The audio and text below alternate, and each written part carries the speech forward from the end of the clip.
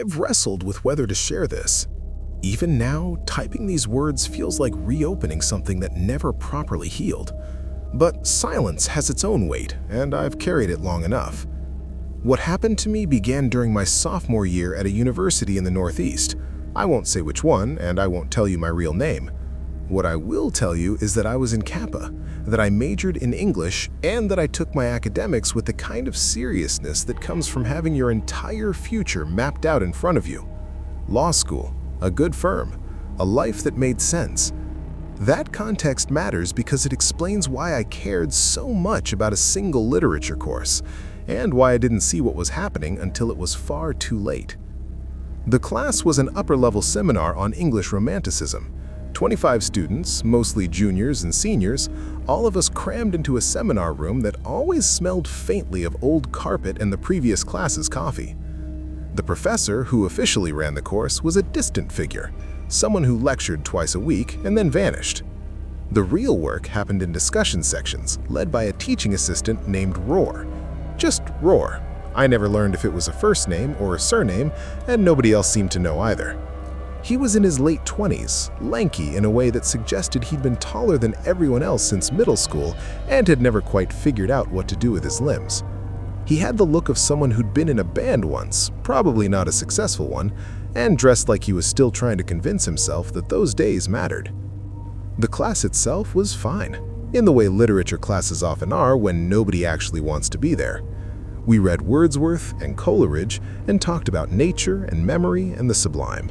And most days the discussion limped along on life support. People would sit in uncomfortable silence waiting for Roar to fill the void, which he hated.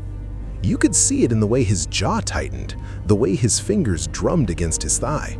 When the silence stretched too long, he'd start cold calling, his voice taking on a sharp edge as he picked apart students who clearly hadn't done the reading.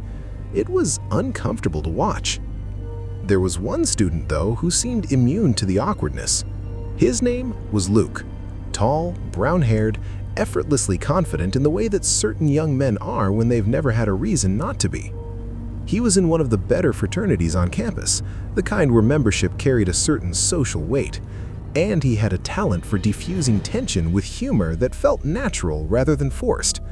When the silence in class became unbearable, Luke would crack a joke, something just clever enough to make everyone relax. And unlike most of the other students, he actually did the readings. When he spoke, it was clear he understood the material. The humor felt earned, layered over genuine intelligence. I remember thinking he was smart but goofy, the kind of person who didn't take himself too seriously. Because I needed strong participation grades for law school, I ended up being one of the only other students who spoke regularly. So most discussions became a strange triangle.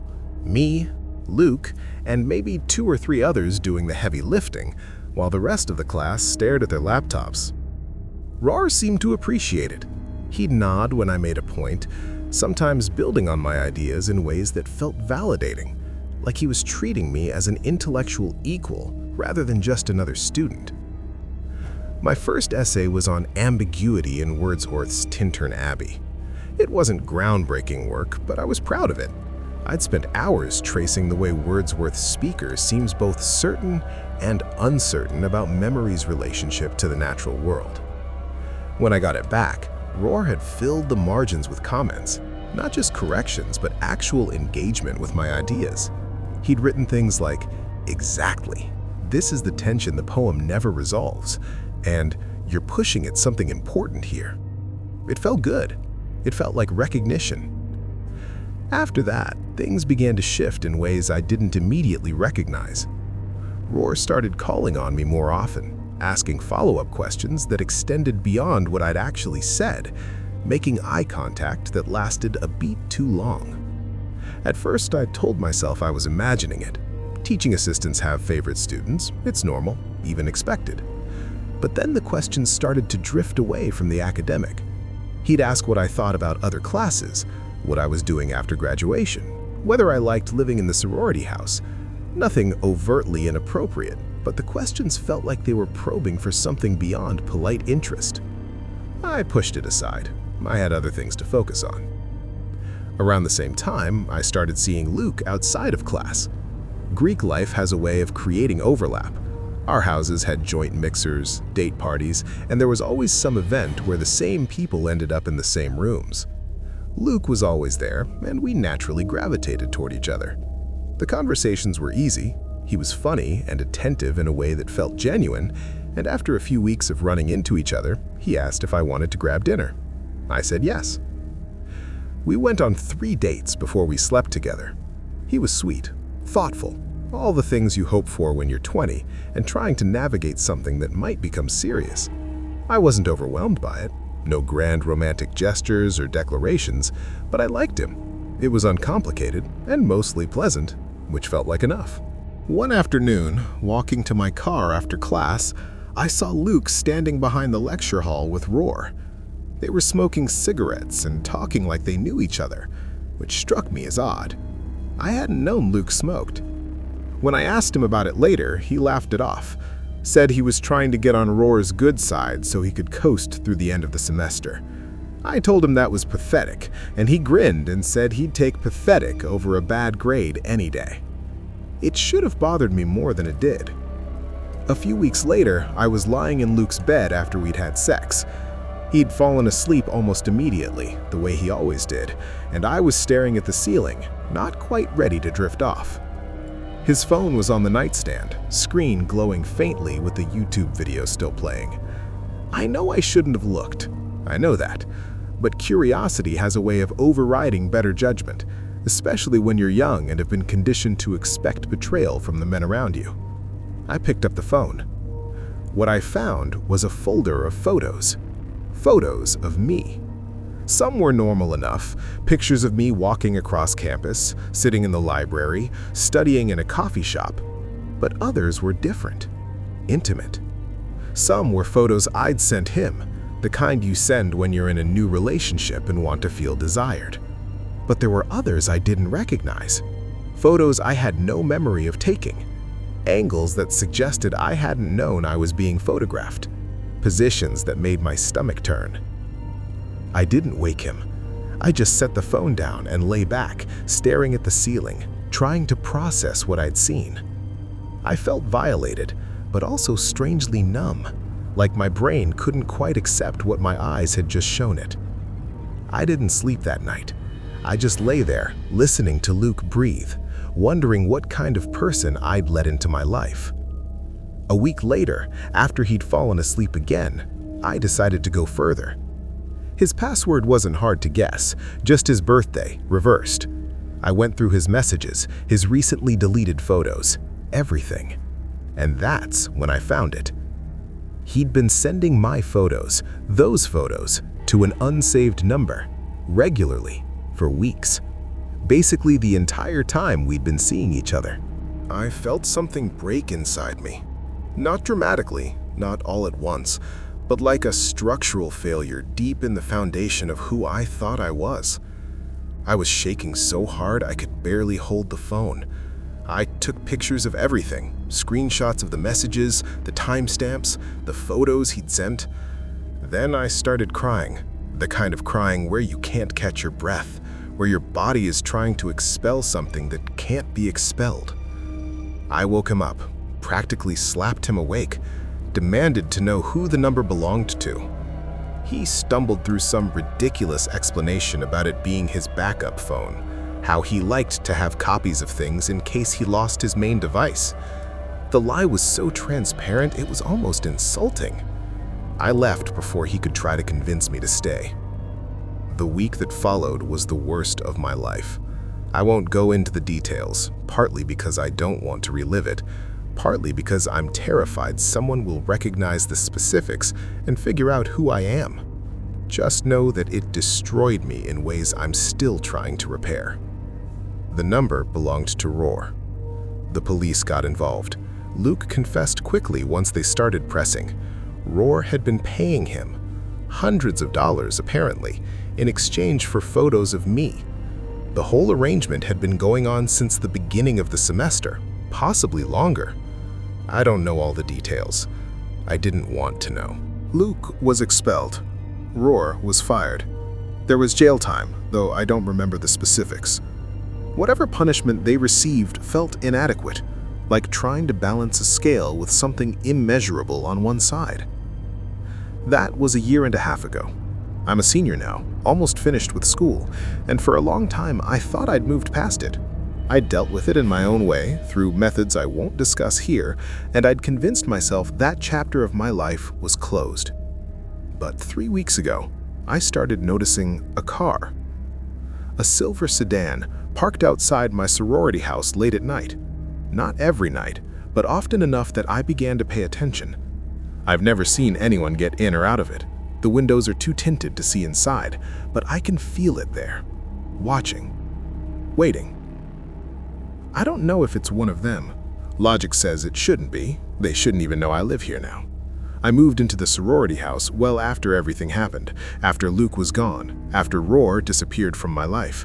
But the car keeps appearing, always in the same spot, always when it's dark enough that I can't see clearly, but late enough that I notice. I'm probably being paranoid. That's what I tell myself every time I see it. But paranoia has kept me alive before, and I'm not ready to stop trusting it now. This happened 2 weeks ago. I'm still processing it, still trying to make sense of it, but keeping it inside feels worse than the risk of putting it out into the world. My name is Mike, though everyone calls me Mikey. I'm 22 and still living with my parents in Northern California. Before you make assumptions, no, it's not the California you're picturing. Not beaches and palm trees and endless summer. Where I live, it snows. Heavily. We're in the middle of nowhere, surrounded by forest so dense you can't see your nearest neighbor. They're a 10-minute drive away, and that's if the roads are clear. I've been skiing my whole life, so the cold doesn't bother me. If anything, I'd prefer it. The silence of winter, the way snow muffles sound and makes everything feel distant and unreal. But that's not why I'm writing this. 2 weekends ago, my parents flew to Portugal for a wedding. Some friend of my mother's, someone I'd never met. I wasn't invited, but I didn't care. A weekend alone in the house sounded appealing. No one to answer to, no small talk over breakfast, just silence and autonomy. Our house is unremarkable. A standard 3-bedroom, single-story structure with my parents' room at one end of the hallway, mine at the other, and a guest room in between that mostly holds storage boxes and forgotten exercise equipment. The living room and kitchen occupy the center of the house, and the front door opens directly into the living room. I'm describing this because the layout matters, because understanding the space is the only way to understand what happened. The first night alone was uneventful. I stayed up until 2 in the morning, watching something forgettable on my laptop, and fell asleep easily. The second night, everything changed. I went to bed around the same time, maybe slightly earlier. I remember feeling more tired than usual, that heavy, weighted exhaustion that pulls you under quickly. I don't know what time it was when I woke up. The room was completely dark, and for a moment I couldn't remember why I'd surfaced from sleep. I always keep my phone on airplane mode at night. No notifications, no sudden lights, so I knew it wasn't that. But something had woken me. Something specific. I lay there, listening. The house was silent in the way houses in the middle of nowhere are silent. An absence of sound so complete it feels oppressive. My eyes began adjusting to the darkness, shapes slowly emerging from the black. And that's when I saw it. My closet door was open. I always keep that door closed. Always. It's a sliding door that doesn't latch properly, so it tends to drift open on its own if you don't push it firmly shut. Because of that, I've made it a ritual to close it every night before bed. I've been doing it since I was a child, some old anxiety about open closet doors that never quite went away. The point is, I didn't leave it open. I know I didn't. My heart began to pound, not the quick spike of a sudden scare, but the slow, building drumbeat of something worse, the realization that something is wrong and there's no immediate explanation for it. My brain tried to offer rationalization. Maybe I'd forgotten this time. Maybe I'd been too tired. Maybe the door had simply slipped open on its own. But I knew I'd closed it. I reached for my phone on the nightstand, hands shaking slightly, and turned on the flashlight. The beam cut through the darkness, and I saw them. 2 figures standing at the edge of my bed, just standing there, motionless, like they'd been watching me sleep. I screamed, not a word, not a coherent sound, just a raw expulsion of terror.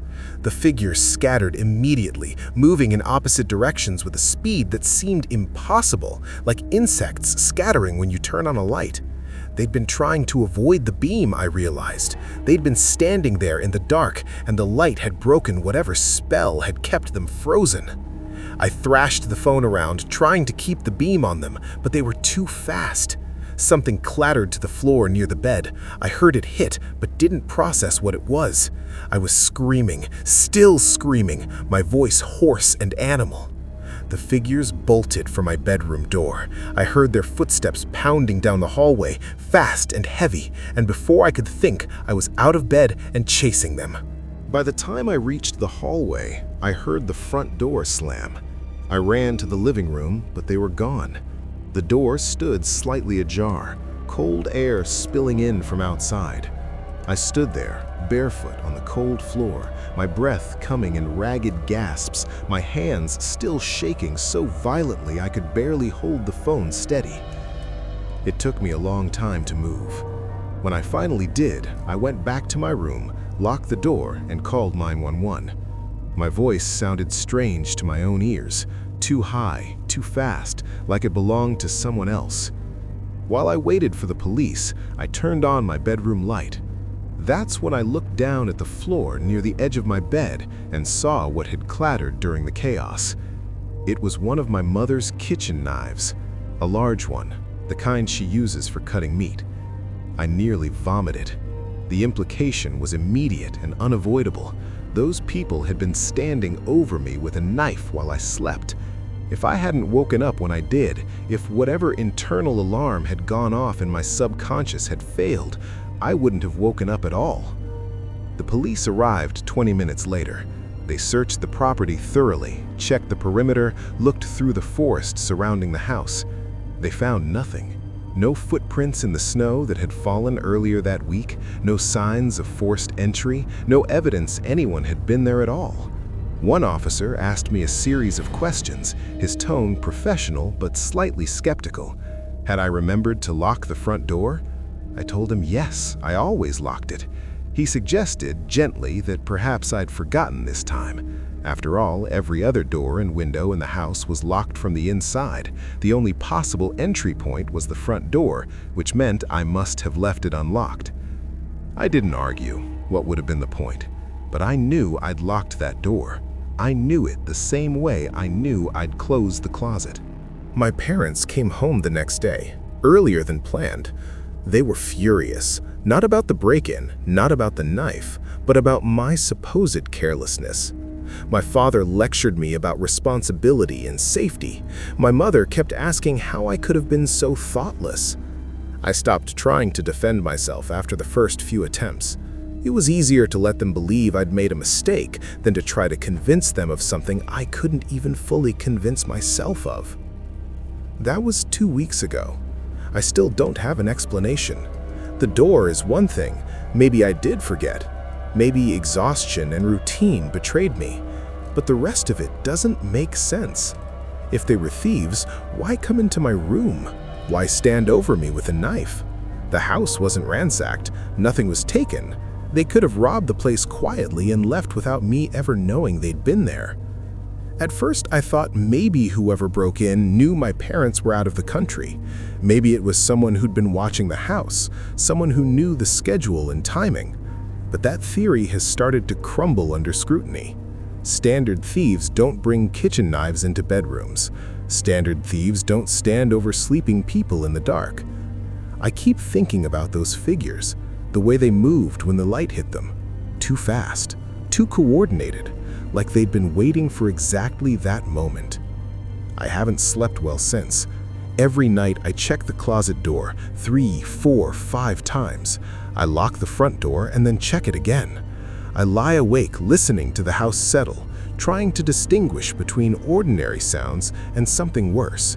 And sometimes, in the moments before sleep finally claims me, I wonder if they're still out there in the forest, watching the house, waiting for another opportunity.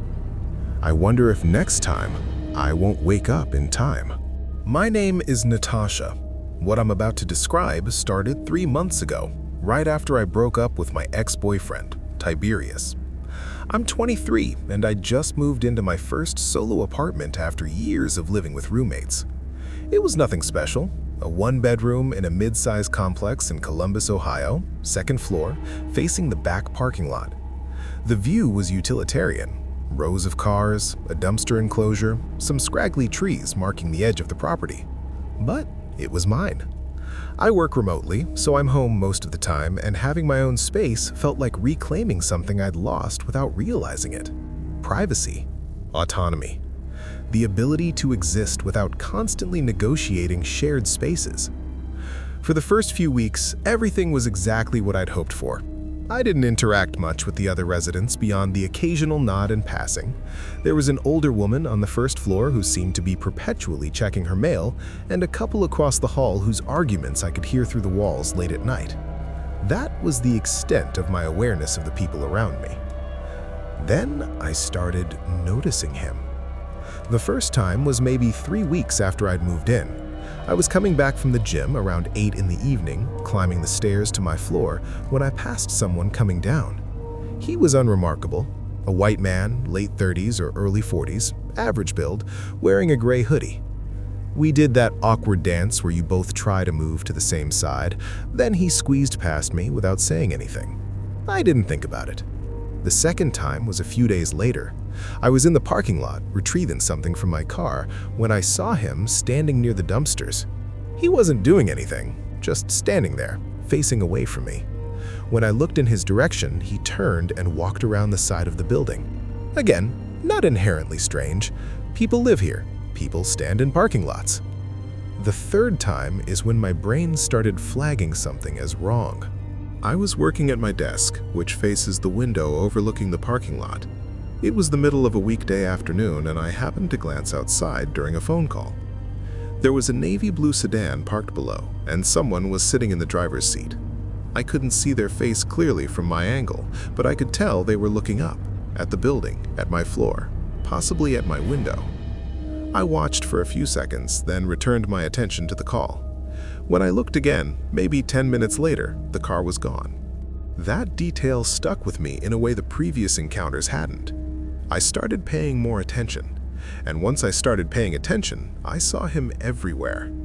He was in the parking lot frequently, not every day, but often enough to establish a pattern. Sometimes walking through, sometimes sitting in that blue sedan, sometimes just standing near the stairs to my building, looking at his phone. He never looked directly at me, or if he did, I never caught him in the act, but he always seemed to position himself where he could see my apartment, where he'd know if I was home, if my lights were on, when I came and went. I told myself I was being paranoid. The complex wasn't large.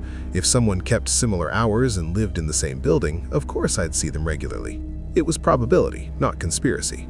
And he hadn't actually done anything. He wasn't following me. He wasn't approaching me.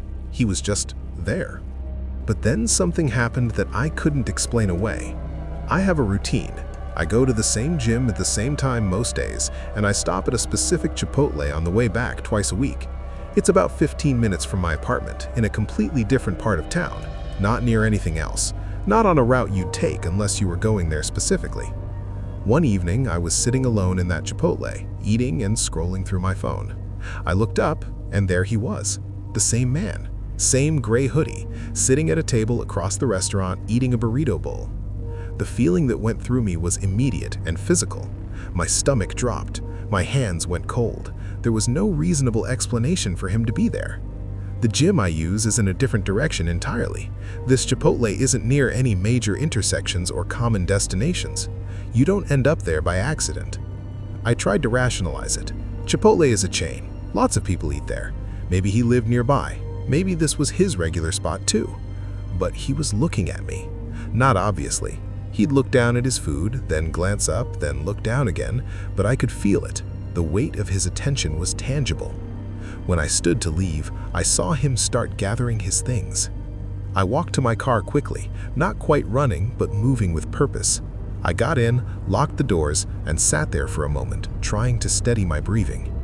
When I looked back at the restaurant, I couldn't see him through the windows anymore. I don't know if he came outside. I didn't wait to find out. I drove home taking a circuitous route, checking my mirrors constantly, watching for headlights that stayed with me too long. I didn't see anyone following me, but that almost made it worse. He already knew where I lived. What was the point of following me home? When I got back to my apartment, I sat in the dark for over an hour, watching the parking lot through my window. I never saw him or the sedan.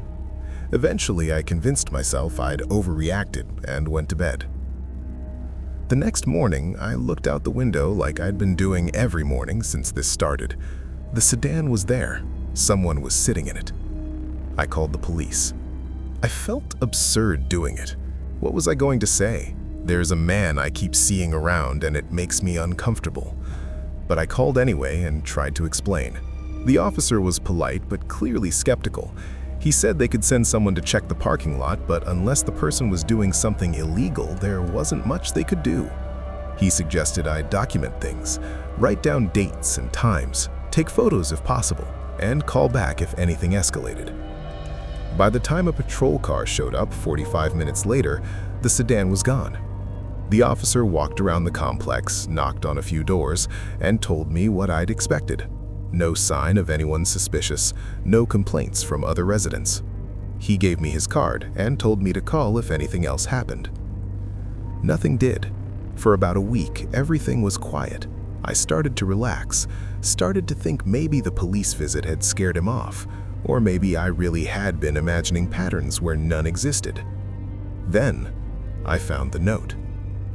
It was slipped under my door sometime during the night. I found it in the morning when I woke up, a piece of plain white paper with a single handwritten sentence. "You should really close your blinds at night." My hands shook so badly I dropped it. I had to crouch down to pick it up, and when I did, I felt something fundamental shift inside me. This wasn't paranoia. This wasn't coincidence. Someone had been watching me. Someone had been inside the building, outside my door, close enough to slide paper across my threshold. I moved out 2 weeks later. I didn't wait for my lease to end. I just paid the penalty and left.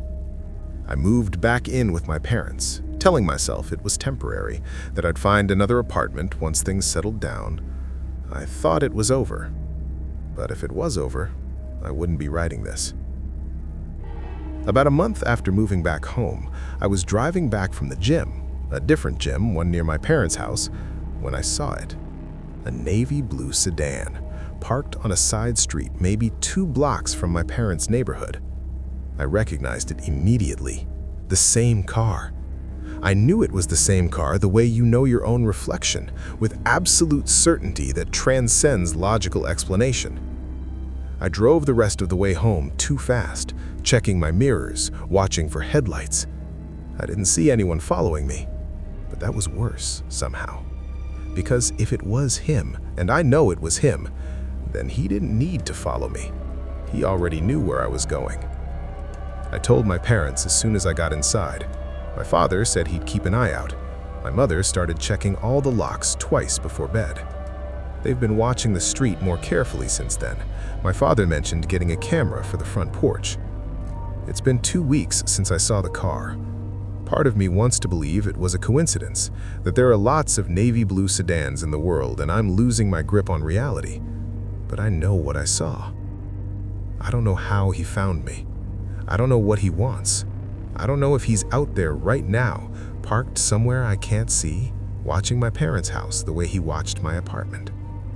I'm afraid to leave. I'm afraid to stay. I'm afraid that no matter what I do, no matter where I go, I'll look up one day and see him there, standing in a parking lot, or sitting in his car, or slipping notes under doors. I'm afraid that this doesn't end, and I'm afraid that one day soon, I'll find out exactly what happens when he decides to do more than watch.